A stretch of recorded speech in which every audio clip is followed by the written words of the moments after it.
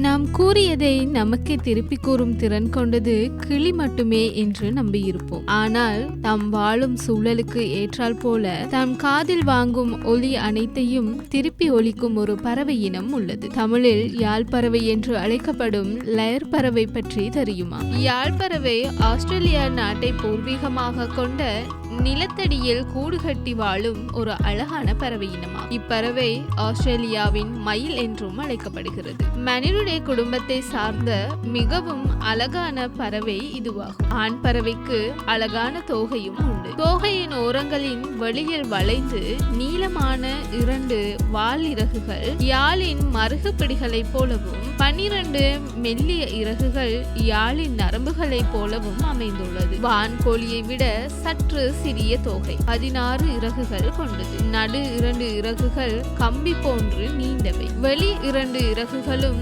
சிறிது அகலமானவை. அவற்றின் நிறம் மிக அழகாக இருக்கும். மற்ற 12 இறகுகளும் நுண்ணிய பட்டு இழைகளால் ஆனது போன்று காணப்படும். பெண் யாழ் பறவைக்கு தோகை உண்டு.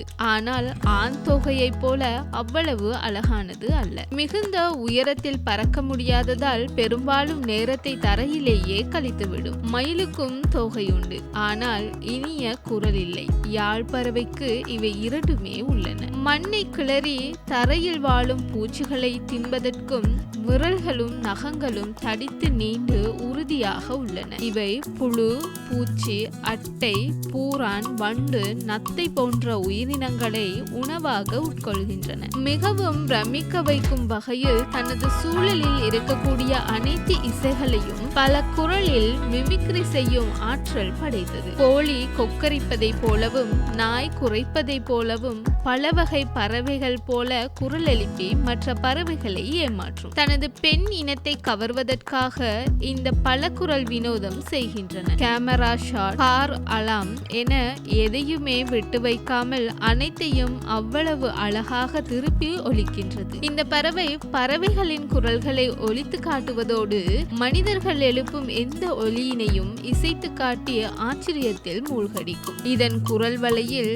சைனிக்ஸ் என்ற ஒரு உறுப்பு அமைந்துள்ளது. அந்த உறுப்பின் உதவியுடன் தான் இது போன்ற பல குரல்களை அது நமக்கு மிமிக் செய்து வேடிக்கை காட்டுகிறது. இதுவரை 200க்கும் அதிகமான ஒலிகளை இப்பறவை எழுப்பியுள்ளதாக ஆராய்ச்சியாளர்கள் தெரிவிக்கின்றனர். தற்போது காடுகள் வெட்டப்பட்டதாலும் நரிக்கூட்டங்களின் தாக்குதலாலும் குறைந்து வரும் இப்பறவை இனத்தை காக்க ஆஸ்திரேலிய அரசு சரணாலயங்களை ஏற்படுத்த நடவடிக்கை எடுத்து வருகிறது.